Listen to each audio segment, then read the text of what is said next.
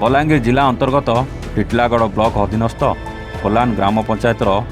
कस्तूरबा गांधी सरकारी विद्यालय तथा छात्री निवास 27 जन अंतेवासी छात्री माने विषाक्त खाद्य खाई असुस्थ होई डाक्तरखाना चिकित्साधीन अवस्था जणाई।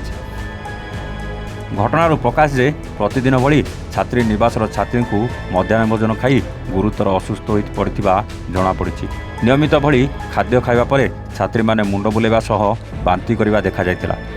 आक्रांत को खोलान गोष्ठी स्वास्थ्य केन्द्र में भर्ती करी प्राथमिक चिकित्सा आरंभ करा जायतिबा बेले आवश्यक हेले बलांगीर जिला भीमभोई मेडिकल कॉलेज डाक्तरखाना को स्थानांतर करा जियो बोली डाक्तर मीनकेतन किसान जणाइछन्ति। उक्त छात्री निवास दायित्व में अधिकारी नलिन बेहरा तांको कौनसी कार्य बलांगीर जायतिबा बेले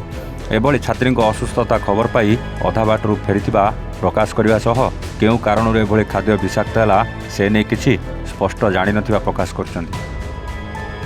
उक्त विषाक्त खाद्य खाई डाक्तरखाना असुस्थ छात्री को टिटलागढ़ गोष्ठी उन्नयन अधिकारी श्री चंद्रमणि नाग उपस्थित रहिबा सह चिकित्सा नहीं तदारख करने सह टिटलागढ़ अतिरिक्त शिक्षा अधिकारी अभिराम माझी घटनार सविशेष तदंत सह उपयुक्त कार्यानुष्ठान ग्रहण करने प्रकाश करछन्ति।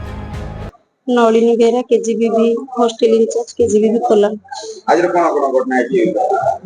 सर एमती घटना बोले छुआ माने टिके कहले पेट काटुछ आ मुंड टिके बुलाउछ हॉस्पिटल धरके आसी केते जण अछत 9 जण आनछि 9 जण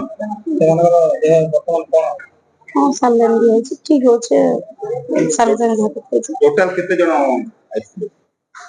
मेडिकल टोटल 15 जन 20 22 जण को 22 हां 22 जन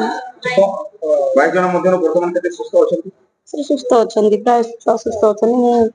मु निजे सेठी तो वर्तमान केते जण एबे अछंती 9 जन 9 जण एबे जण कहउचंती 9 जण जण कहउचंती ओके नांती जण मात्र अछंती।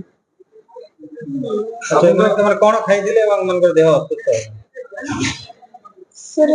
मेनू सब तो खाइबा दिया जो से मेनू जहा दिला ता खाइथि मेनू रे कोन देतो आपण उच्च पदस्थ होते आपण सुंदर दायित्व है एटा तो आपण देखिबार कथा छुआ सब देखु जी सर बलांगीर काली पळैथि मु प्राय टाइम भी हमरो स्टाफ माने हूं समस्त पत्र मु प्राय देखे सर मु निजे भी खाए भी खाइबा सेठी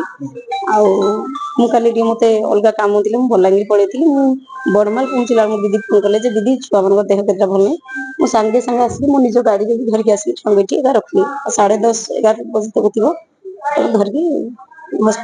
ये हॉस्टल में जाइतिले सेठी भी ओआरएस कर पीपीआ भी करिछि मु राती भी थिली एबे पर्यंत भी से काली एई साइड में जाइतिले ए पर्यंत भी अछि सर। आ बलांगीर संतोष कुमार नायक रिपोर्ट एवन ओडिशा।